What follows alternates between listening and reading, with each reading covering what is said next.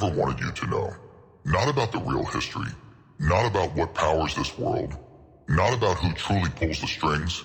They erased the truth and replaced it with mythology. They rebranded slavery as freedom and programmed you to worship your cage. You were trained to love your oppressor, to laugh at the truth, to defend the very systems that poison your mind, body, and soul. Because the truth isn't just uncomfortable, it's dangerous. The truth is that this world is not run by elected officials, but by unelected forces. Families with names you don't speak in classrooms, networks that span centuries, continents, and bloodlines.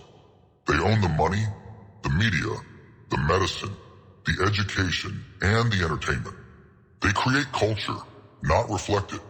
The real war isn't between countries. It's between the few who rule and the many who are ruled.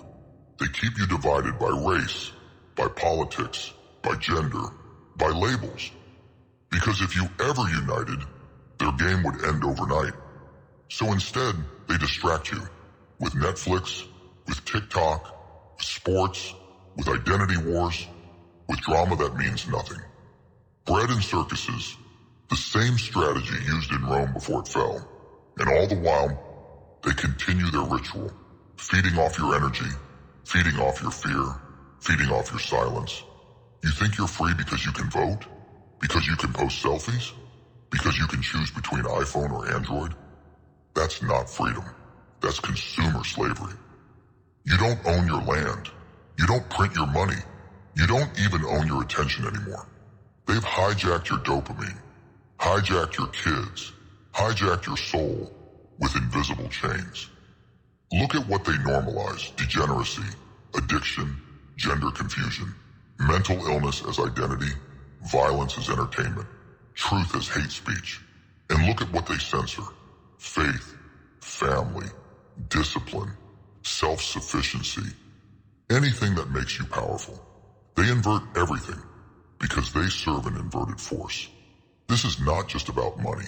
It's not even just about control. It's about spiritual warfare.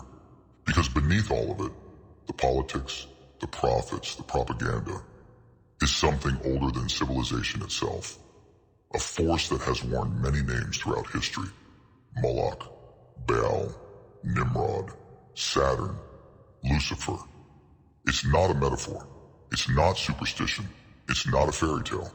It's a blueprint, and it's been followed religiously.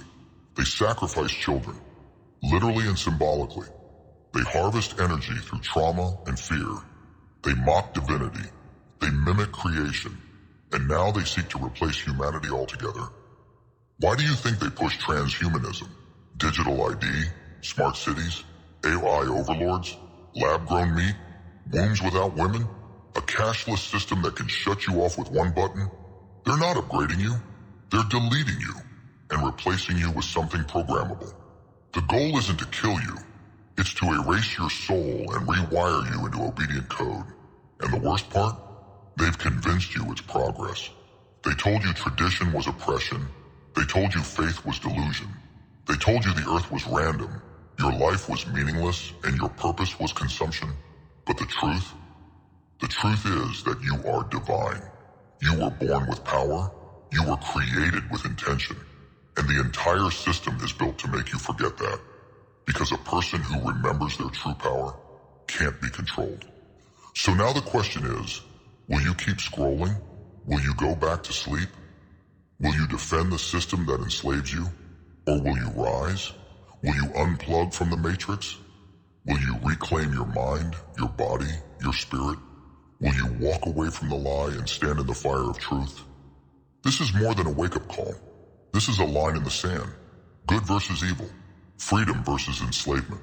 God versus the machine. They never wanted you to know the truth, but now you do. What you do with it is up to you.